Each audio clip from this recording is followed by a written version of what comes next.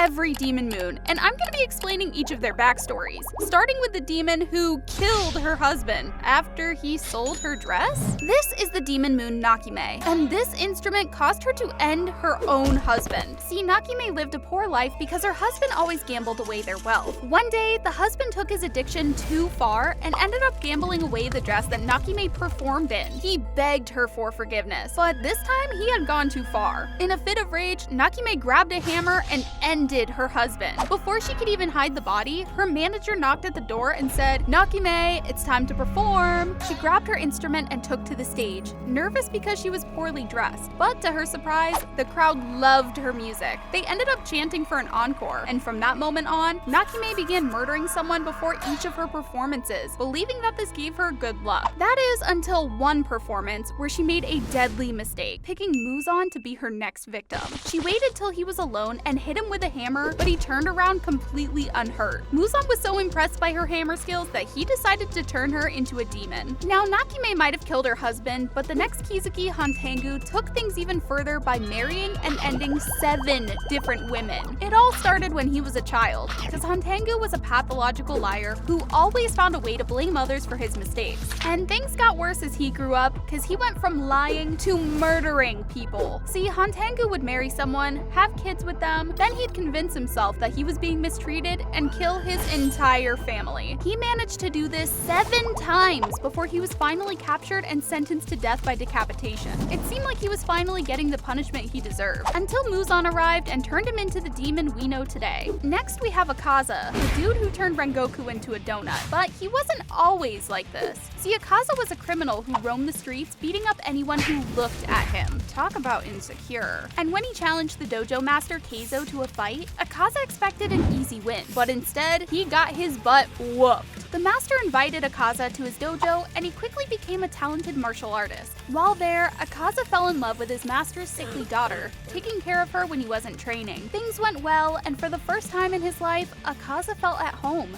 eventually marrying the daughter. But things wouldn't stay happy for long. While Akaza was out of town, a jealous man at another dojo decided to get revenge. See, he had been in love with Akaza's wife, and when she got married, he was so angry, he poisoned her water well. Both the dojo master and the daughter died, and when Akaza returned, he went insane, going on a mad rampage and killing the jealous man's entire dojo with his bare hands. It was such a massacre that it even caught the attention of Muzan. He investigated the crime scene, expecting one of his demons to be the culprit, but was shocked to see a human. Muzan turned him into a demon, and Akaza quickly became the Upper Moon Rank 3. Now, Akaza almost changed his ways, unlike Doma, who did horrible things even as a kid. See, Doma was born with rainbow-colored eyes, causing his village to worship him and make him the leader of the Paradise Faith cult, where he shared the knowledge of the gods. But there was just one problem. Doma was faking it all. The gods weren't actually talking to him, and he didn't even believe in them. Despite this, Doma pretended to hear from the gods, but eventually everything came crashing down. His mom had been slowly going insane, and one day, she snapped, killing her husband and then herself. Any normal kid would have been traumatized, but not Doma. In fact, his only reaction was to be annoyed, because his mom had made a bloody mess. Things only got worse, because after meeting Muzan, Doma asked to be turned into a demon, realizing that with his new powers, he could secretly eat his cult members and become extremely strong. Doma's cult and power continued to grow until a woman joined his cult and turned everything upside down. See, Kotoha had an evil husband, and with nowhere to go, she took her newborn son Inosuke and joined the cult. Things went well at first, but Kotoha began noticing that cult members were disappearing, and after spying on Doma, she discovered that he was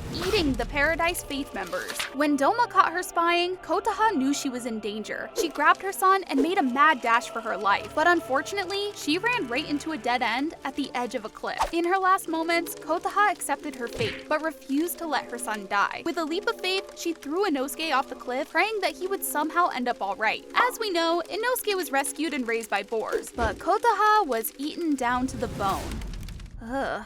While Doma had no excuse to be evil, Gyoko definitely did, cause his childhood was so traumatic he went insane. Gyoko was born in a fishing village to a happy family, but when his parents washed ashore after disappearing on a fishing expedition, his life quickly deteriorated. The sight of his parents' bodies broke something in Gyoko, causing him to fall in love with dead things, and he began a gross hobby of playing with dead fish. The villagers thought he was insane, so they kept their distance from him, but the village kids bullied him every chance they got. One day, the bullying went too far, and Gyoko finally snapped, murdering his bully and then stuffing the body into a giant fishing pot. Gyoko thought he was free of the bullying, but when the parents discovered their dead son, they gathered the entire village and stabbed Gyoko with a bunch of fishing spears. Gyoko lay on the sand for over 12 hours, waiting for the end to come, but instead, Muzan found him and turned him into a demon. After recovering, Gyoko only remembered two things. Muzan had saved him, and humans were evil. As a demon, Gyoko kept his strange obsession with fish and stuffed his victims into fish pots for later. But even as an evil fish demon, he doesn't look half as bad as Gyutaro, the ugliest demon of them all. You see, Gyutaro was born in the poorest part of the entertainment district, and he was so ugly that his mom hated him, beating him nearly every day. His life was even worse outside of home, because the entire town hated him too. With nobody taking care of him, he was forced to eat insects and mice just to survive. Gyutaro's life just sucked, but everything changed when his mother gave birth to Ume. With a little sister, Gyutaro felt a responsibility to be a protector, even protecting her from their abusive mother. One day, Gyutaro's mother took things too far and tried to shave all of Ume's hair off. Gyutaro jumped in, defended Ume, and then took his sister and left,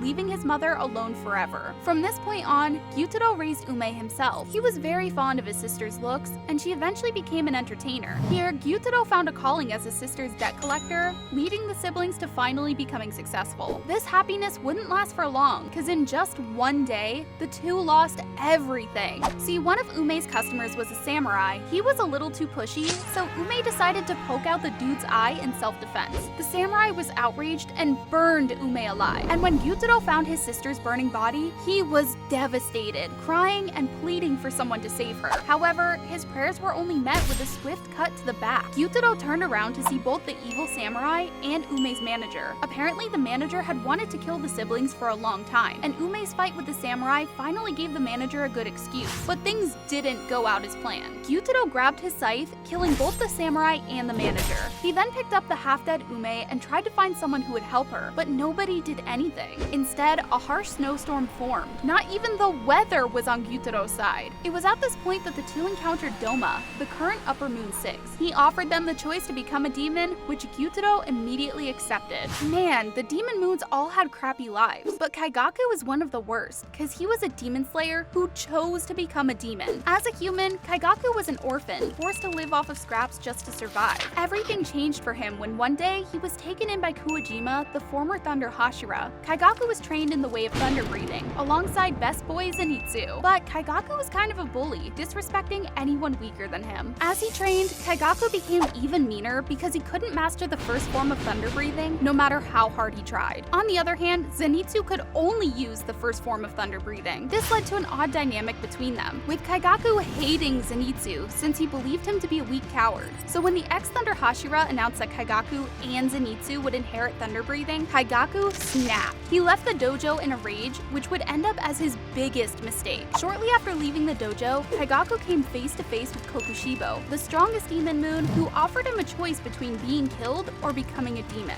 Kaigaku's weak willpower gave way, and he agreed to become a demon, replacing Gyutaro and Daki as the Upper Moon rank 6.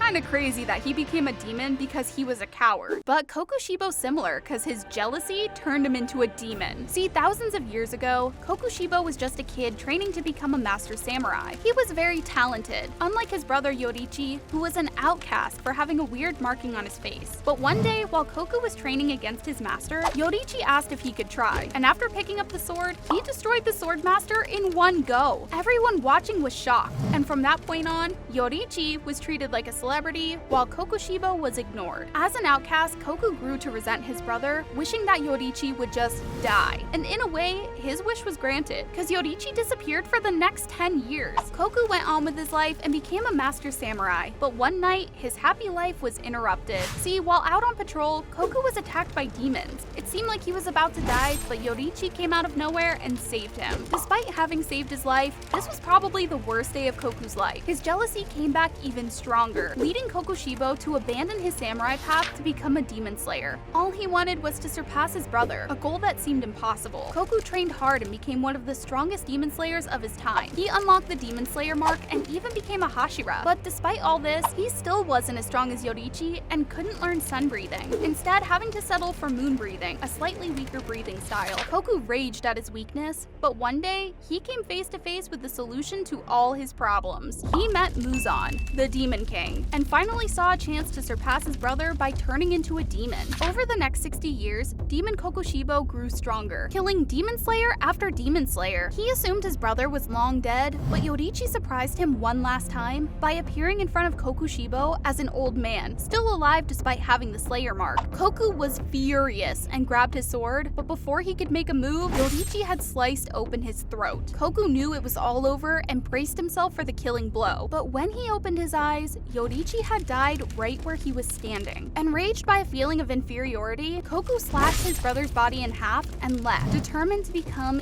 even stronger. Now, demon moons are just freaky, but I bet the Hashira have secrets even you don't know. Click this video to find out.